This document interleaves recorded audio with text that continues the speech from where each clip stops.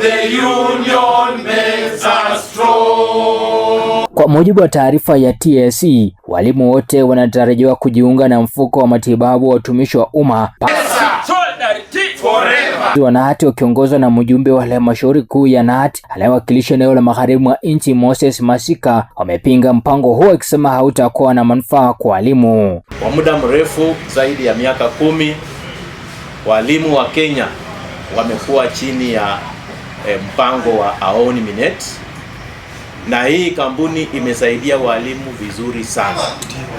Tunasikitika sana wakati ambapo serikali kupitia kwa tume ya kuajiri walimu inataka kubadilisha huo mpango na kutoa walimu katika Aoni Minet na kuwaingiza katika halmashauri ya afya ya jamii ile ambayo tunaita SHA.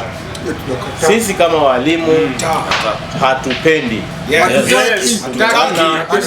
Tunaona SHA ikikumbwa na matatizo mengi, na sisi tumeona Minet ikikabiliana na mambo ya walimu kwa urahisi sana.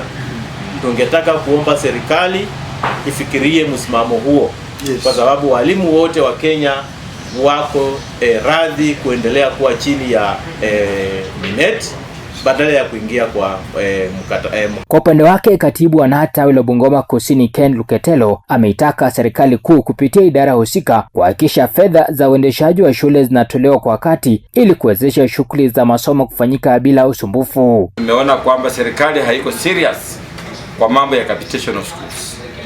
The whole of term 3 they have been asking for data verification. Up to now so many schools have not received capitation. Schools have closed with a lot of debts, and we are not happy as a union. We are seeing our heads getting stressed out of this exercise.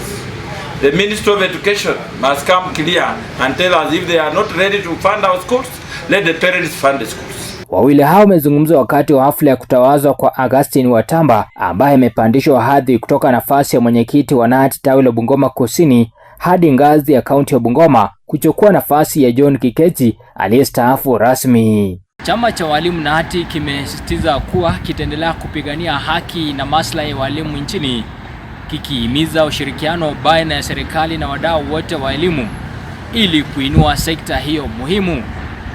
Nikiripotia runinga ya Tandao, mimi ni Alex Wekesa.